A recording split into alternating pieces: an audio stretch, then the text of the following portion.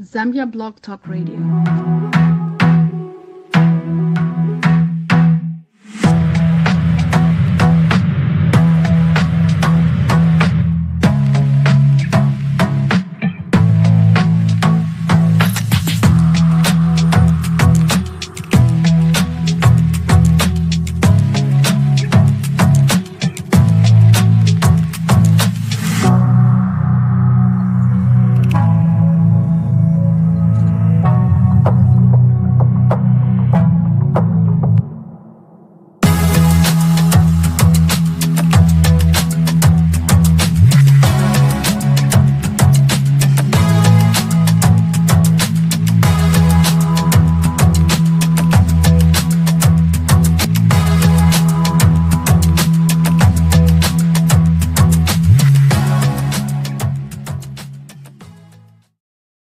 Ready to take your nursing career to the next level? At Global Nurse Pathways, we're here to make your dream of working in the U.S. healthcare system a reality. From expert NCLEX exam preparations to personalized consulting and relocation support, led by the incredible Dr. Alice Nalondo, who holds a Doctor of Nursing practice and is certified as a family nurse practitioner and a psychiatric mental health nurse practitioner. Our team delivers top-notch training to help you answer the NCLEX exam. Once you pass your NCLEX exam, we will connect you with the US-based recruiting agencies, setting you on the path to an amazing career in healthcare. Ready to get started? We're just a call or a message away. Call or WhatsApp us now at +1 346 328 1110 for the US or +260 961 875 081 for Zambia or email info@embbehavioral.com. Let's make your dreams come true together. Global Nurse Pathways, transforming careers, changing lives.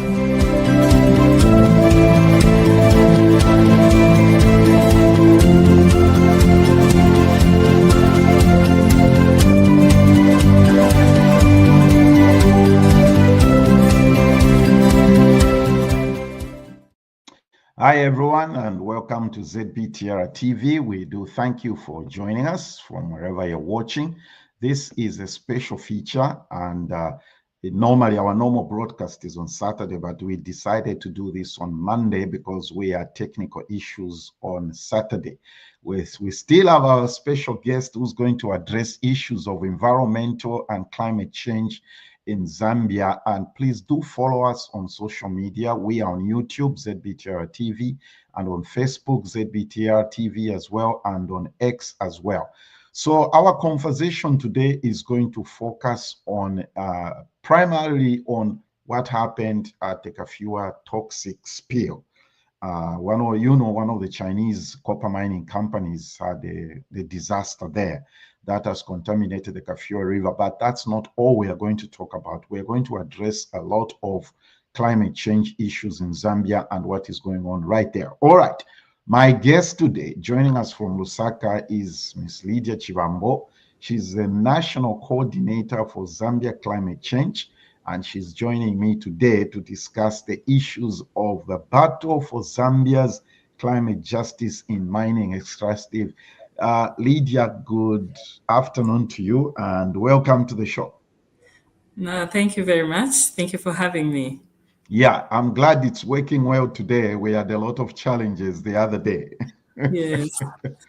Excellent. So let me begin by asking you this question. How did you get involved with climate change, environmental work? Yes, I think the passion for environment work has been in me for the time I was young. I think I always told myself I wanted to work for the communities and changing lives, and that's how come I think it saw me now getting to do studies around social work, and then I did geography, and then now environmental engineering. So it's just this passion of really seeing to it that you safeguard the environment, but also the people that are in the environment. Okay. Now, the phrase you've made there, safeguarding the environment, though, those are topics and conversations which are not very popular, and especially in this time and age, it's a very highly politicized subject. Yes. Tell us about the work of Zambia Climate Change Network, and then secondly, how is the subject of climate change in Zambia perceived? Great. When we talk of Zambia Climate Change Network, it's Yes. it's a national platform Mhm.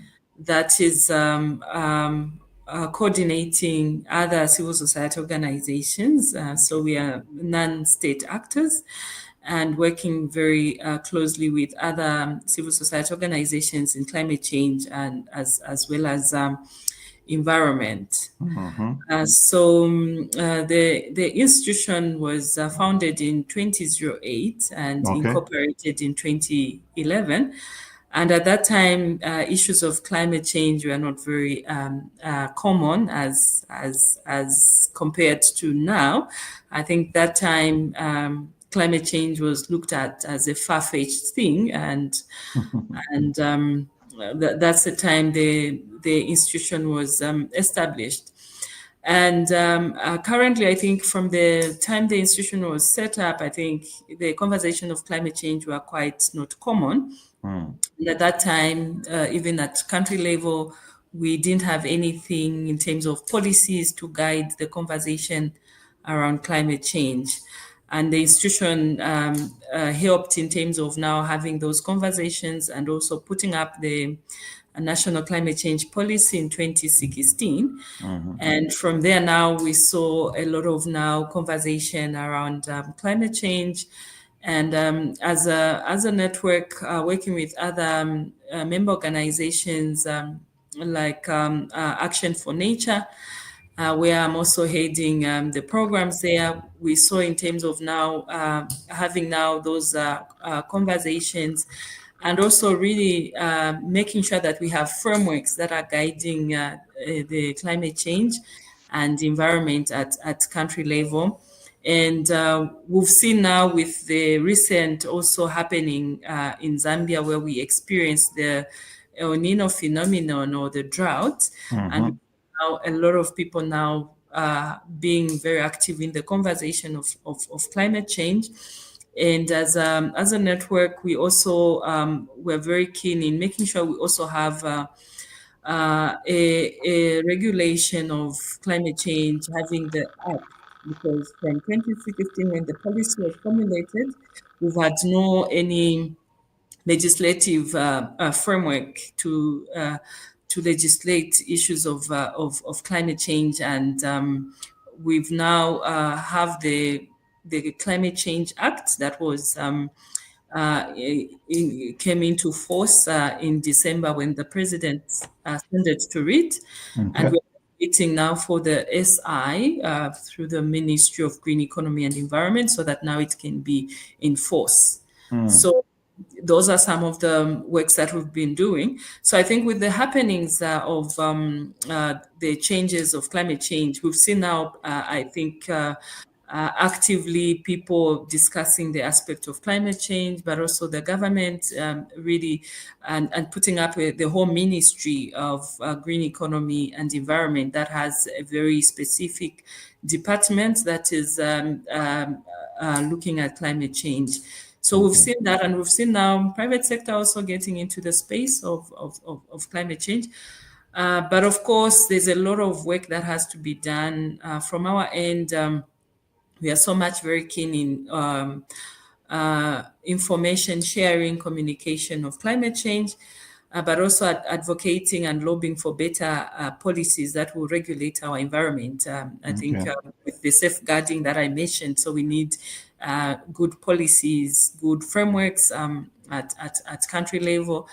And we do a lot of institutional strengthening. We also believe institutions, the civil society, our members, they also need capacity so that they carry out the works in the communities. And we do a lot of capacity building in climate resilience. As Zambia, it's more on building the capacity to build resilience, climate change resilience. Of course, we are not a big emitter of greenhouse emissions. Emissions.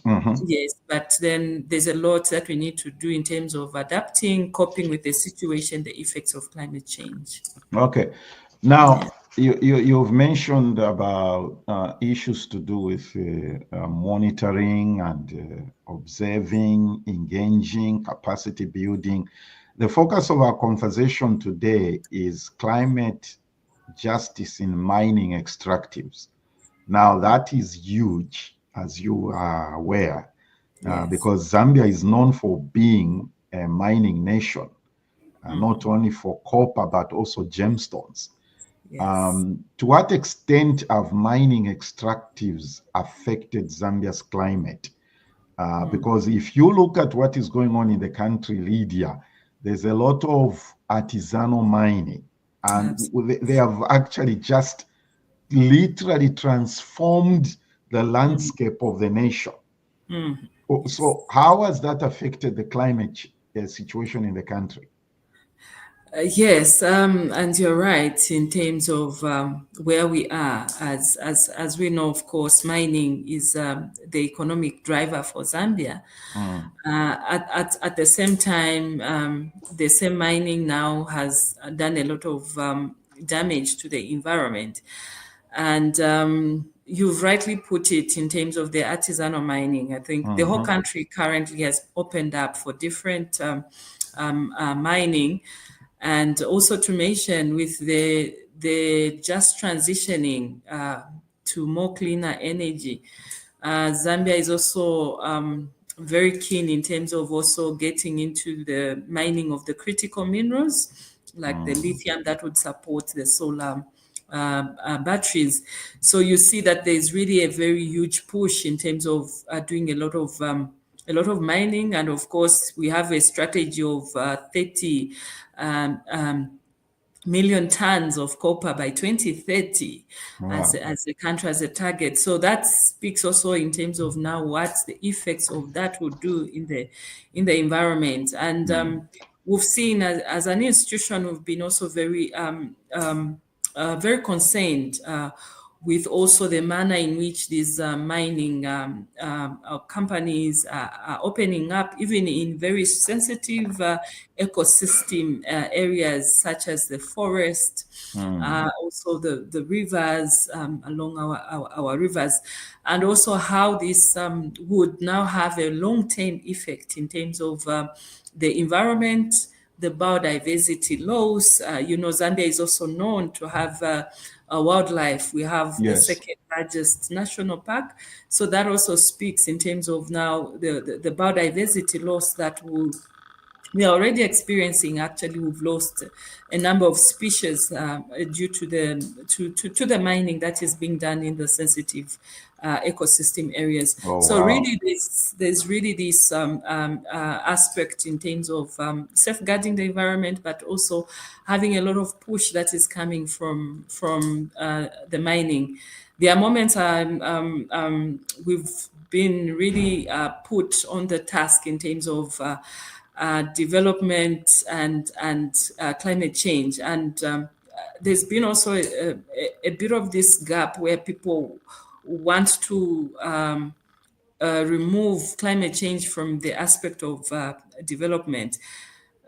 But from our end, we need to develop with having a very conscious of the environment, being very conscious of our environment at the same time, because otherwise we're going to lose all our biodiversity. We'll lose also the human life, which is very important. Seriously, actually. So, oh my goodness. Let's zero into our topic for today, which is what happened or what has happened to the Kafue River. For those of you that may not be aware, on February 18th, an acidic spill from a Chinese-owned mine polluted the Kafue River, killing fish and endangering health. That happened on 18th February 2025. So what we want to do is to zero in and sort of hear from Miss Lydia here who is a climate and environmentally expert, if I may use that terminology. Let me play this video clip, and so that our viewers can follow what is happening. Authorities and environmentalists in Zambia are grappling with the aftermath of the devastating acid spill caused by a collapsed tailings dam at a Chinese-owned copper mine. The spill, which occurred on February the 18th, has raised concerns over the long-term impact on the Kafue River.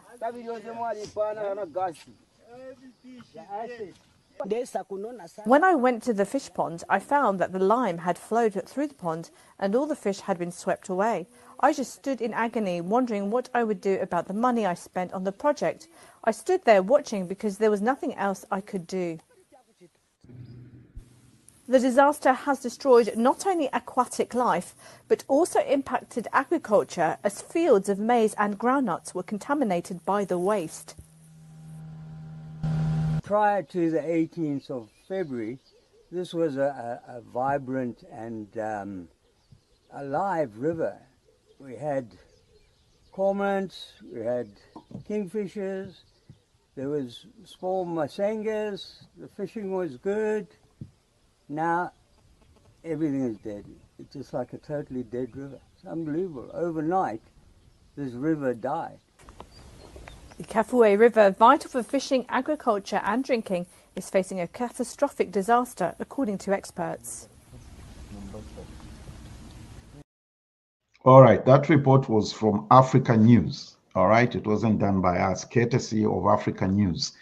According as that report is saying, for the sake of those who may not be aware of what is happening there, there was a toxic spill from a Chinese-owned mining company. Definitely, Lydia, that was a failed mining safety compliance, right? Absolutely. We also know that the Ministry of Mines has a safety and compliance department. My first question is the mining company facing any penalties, and what responsible action are they taking? Is the company taking to address this situation? Yes. So of course, yes, we have the mining safety and health, occupation health department. Yes, and so with what happened, also it's also to also look at some of the gaps that we have. Yes. I think I would address those gaps, and then talk also of the companies in terms of what they are doing currently. So with the mines and safety and health unit, so we have that looks at the compliance levels of the mines across the country. And for your information, we only have that in Kitwe for the whole country. So that gives, in terms of the gap, also in terms of also assessing other areas. The country is quite wide, and also in our regulations, in our also Mines Act, it's upon the company to also do their own assessment and submit the report. Okay. So already the company had submitted the report as at December 2024 in terms of indicating how safe the tailing dams were. So, but what needed to be done was also the inspectors from the mines department to go and inspect even after receiving such a report. Which yes, indicated that the dams were okay, and the standards were there were compliance with the standards. So with that, when that happened, so the company has also been tasked in terms of supporting with the cleaning up of the Kafue River, and also to provide also support to the communities in terms of food as well as water because the communities surrounding the Kafue and also the Mwambashi stream.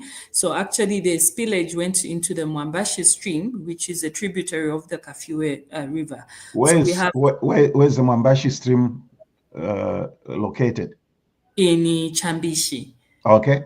Yes, so that is a tributary to the Kafue River. So that's so now with the communities that are along the Mwambashi stream. The effects have been very disastrous, and I think that this has been the worst of its kind in terms of having those acid spill. And being on the ground, when I went there with our colleagues to visit, you could see how dead the whole stream is, but also the vegetation along the stream that has been completed dried out.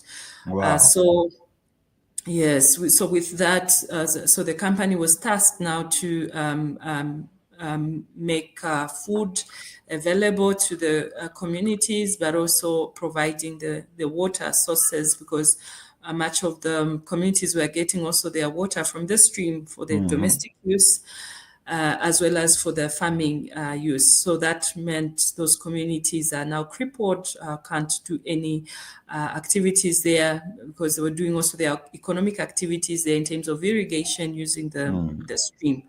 So the company has been tasked to provide those services to the communities. Let me interrupt a short interruption. So yes. You mentioned that the part of the responsibility the company has been given is to help with the cleanup.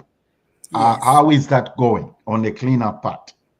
Yes, so they are getting the samples. When we went on the ground, they are getting samples on a daily basis, and to check in terms of the acidic levels of the water in that stream, but also to be part of the task force team that has been established by the government, so that they also provide the technical support in terms of the equipment in testing the waters, and also providing the expertise. So we also had because that's a Chinese-owned mine.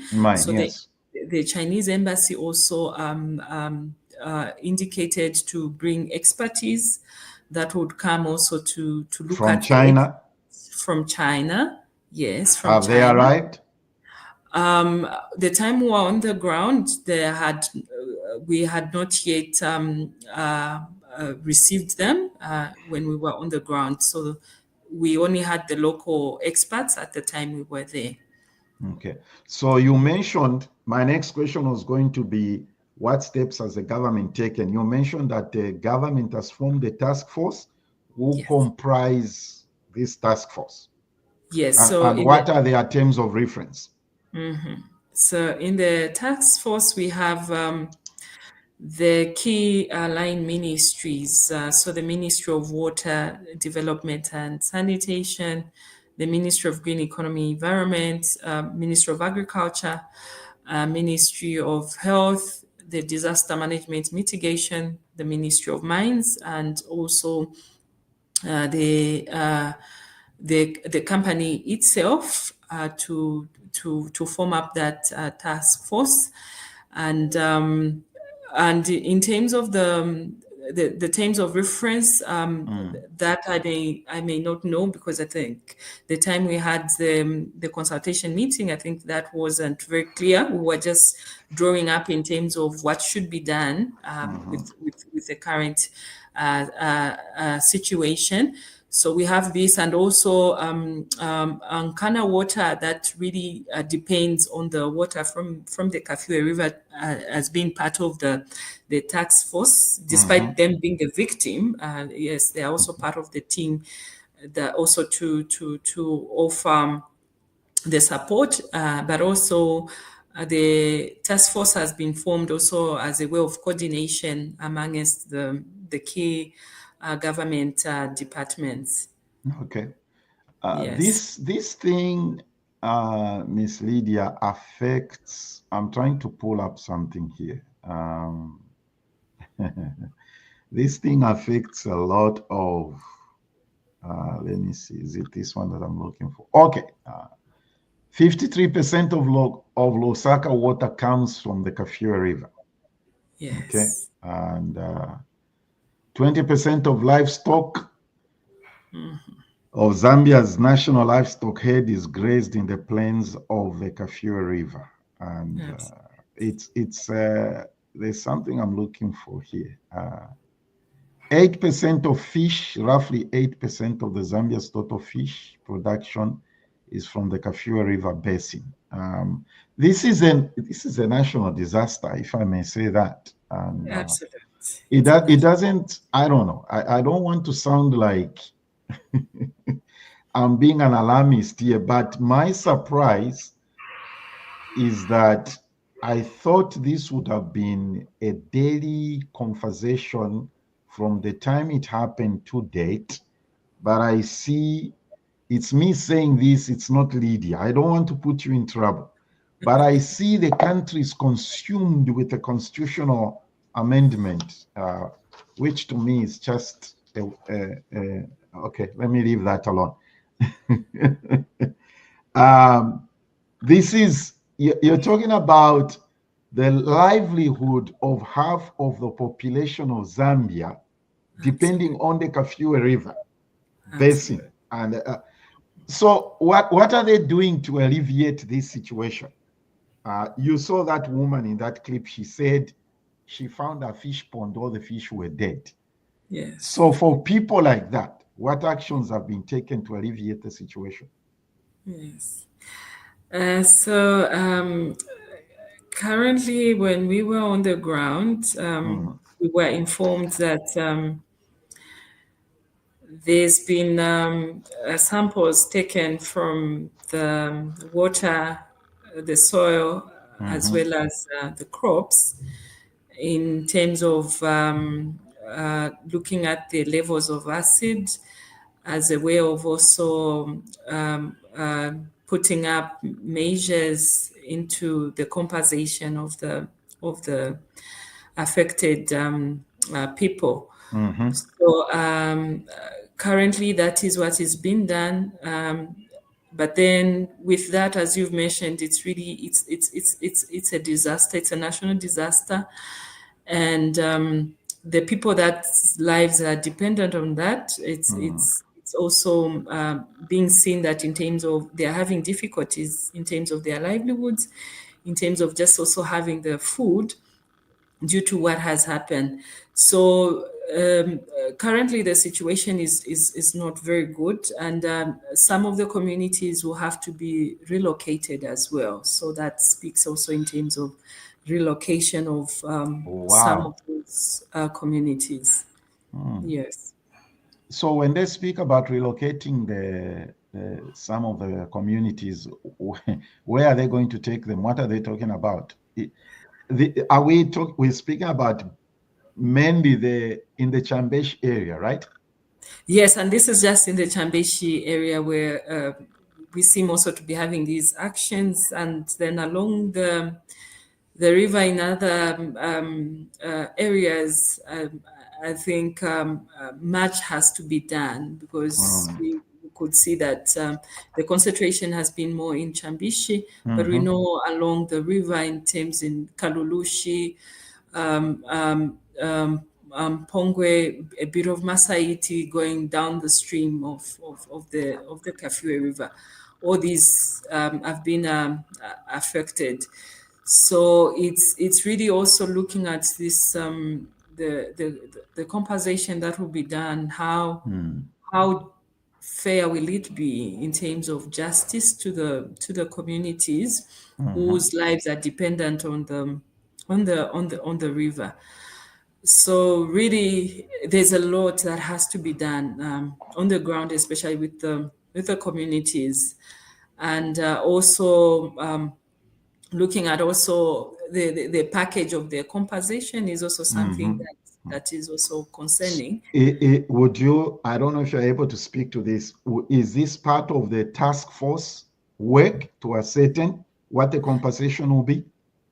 Yes, it's part of the task force to do that in terms of ascertaining the compensation, and also, of course, we also found that the tests are being done, samples are being taken, but then the results are not yet shared with the communities. So communities don't know also in terms of currently the content levels of the acid, but also it's also to look out also for other heavy metals. We know acid carries with it other heavy metals in it. So communities expressed ignorance in terms of knowing the tests so far, the results of those tests so far. And that's some of the things. And we also noticed the gap in terms of also the communities or the people are not being tested for any healthy complications, which we also observed, and we are quite concerned in terms of also the people that they also need to be tested in terms of the acid, but also the heavy metal content in their bodies. But wouldn't you, so from what you're telling me, Lydia, it appears there's no daily or frequent occasional communication about this, like a press briefing to say, well, ladies and gentlemen, welcome to today's briefing. Things concerning the Kafue River spill stand at ABCD. There's no such thing happening.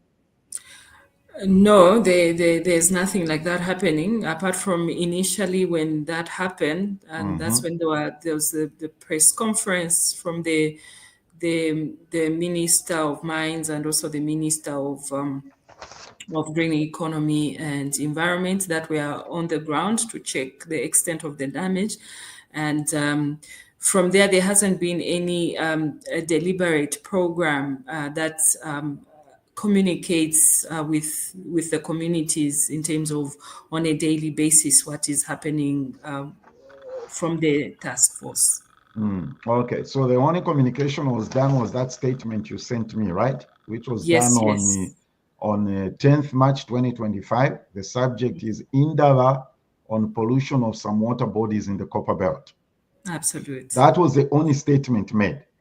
So that was the only kind of a consultative meeting that was done. But prior to that, there was a statement that was released by the two ministers, just acknowledging the disaster that had happened, and that they were on the ground to make sure that they alleviate the situation.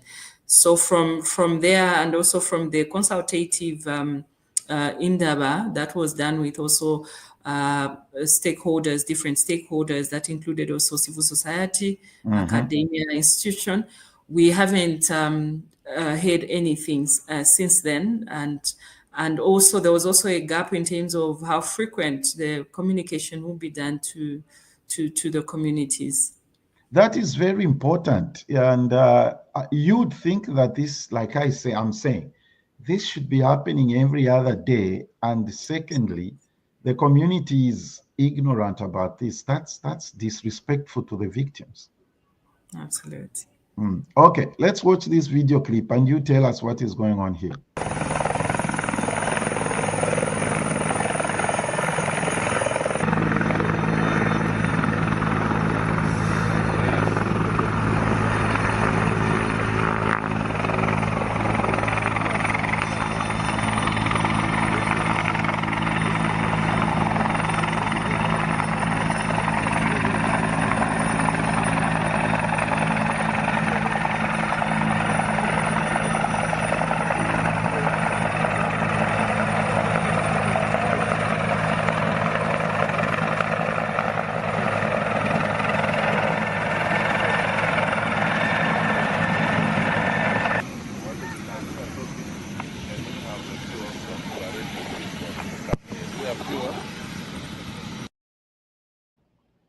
Okay, please explain to us what's happening there. Okay, so there and where was that being done? So that was done along the Kafue River near Ngabwe districts. So that was the pouring of the lime to neutralize the water. So the disaster management and mitigation unit, together with Zambia Air Force, were the ones that were conducting that to neutralize the acid levels in the river. Where was that being done?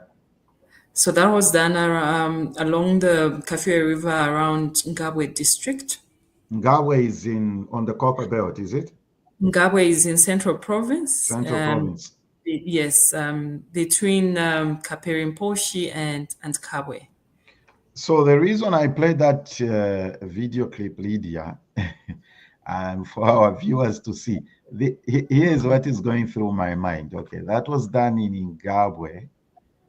And how many times, I don't know if you're able to answer this, how many times has that been done, and what portions have been, has that been done to neutralize the, I mean, I'm just trying to think to myself to say, this is a natural, the river flows from Chambeshi coming, this happened in Chambeshi, the river goes through Kalulushi, it goes through Kitwe, it goes through Kuriakumpongwe, then it goes through Kabwe, Lukanga, all the way to Southern Province, and it ends up in the Zambezi River.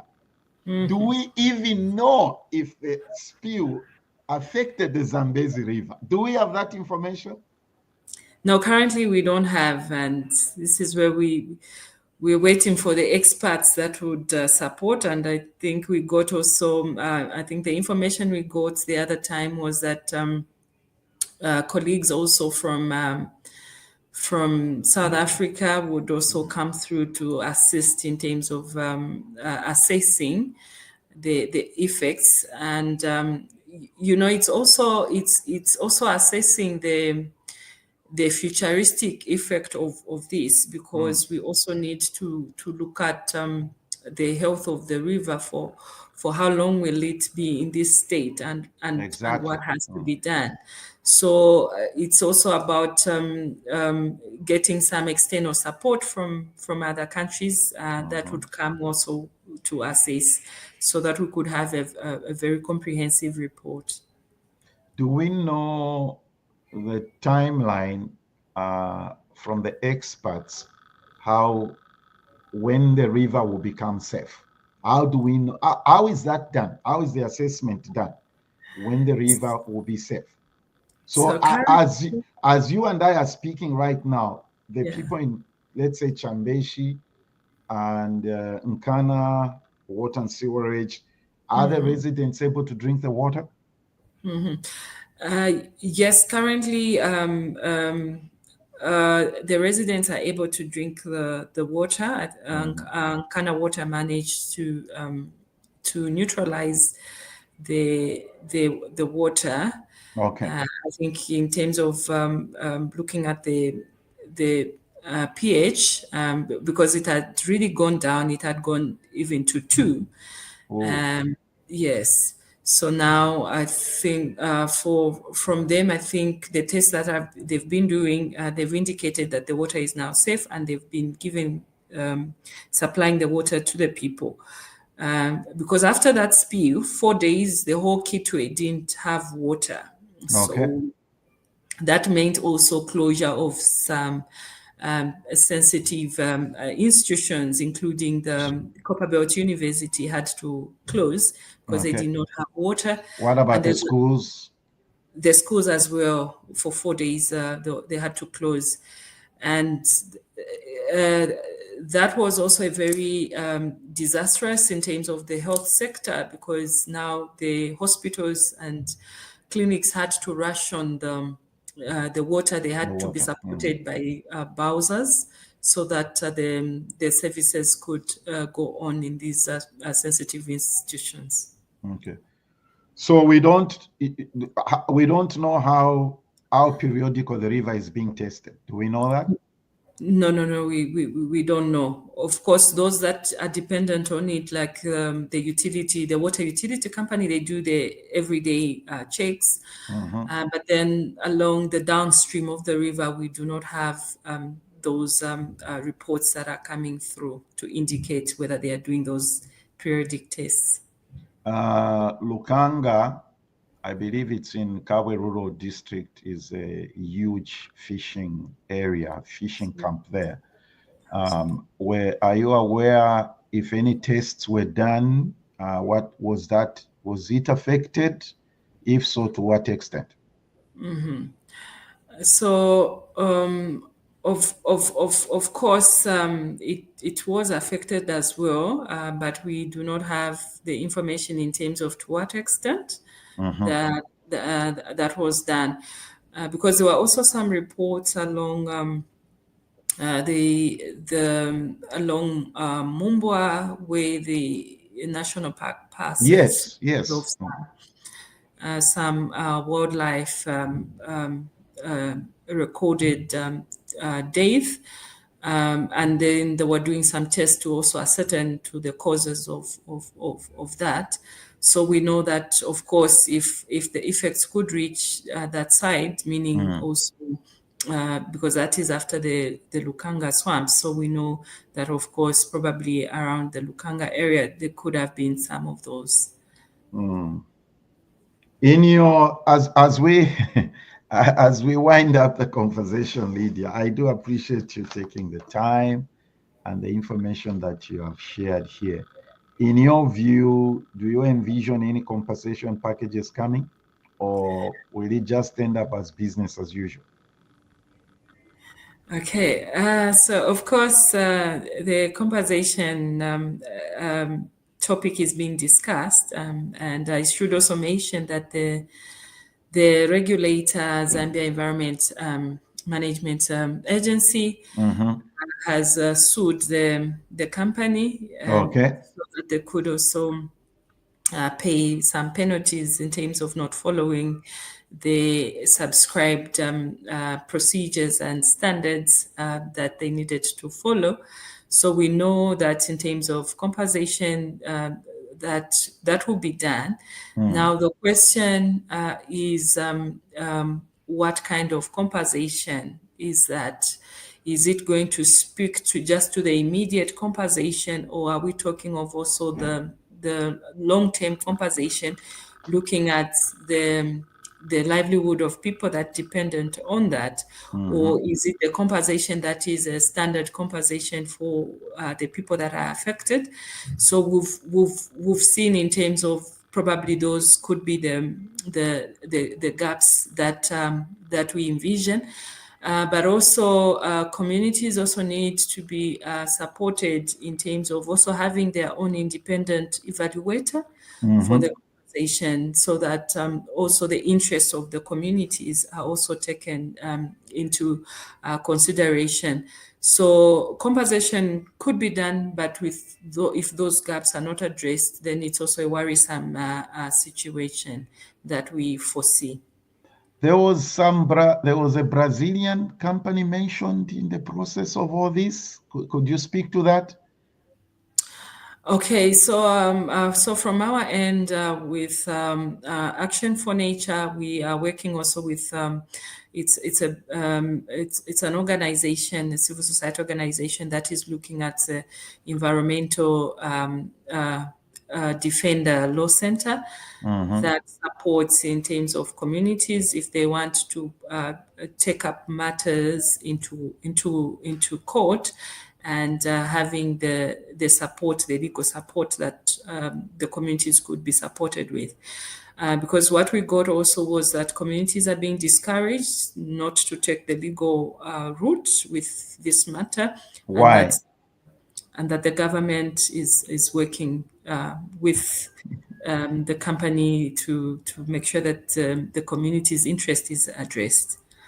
But from our end, I think we need to give the communities the right to do what they should do. If they want to take legal steps with the matter, it would be good that the communities are supported to have this case be taken to in the legal route will be also very important for the communities.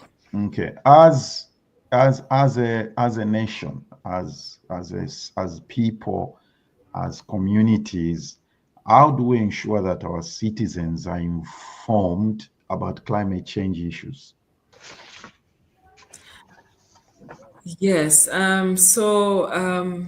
The various ways that we will make sure that the communities are informed, and this really is at the grassroots in terms of having community meetings, so that our people are informed, but as well as really taking advantage of our schools, and now with the new curriculum that we have, to make sure that information on climate change is shared.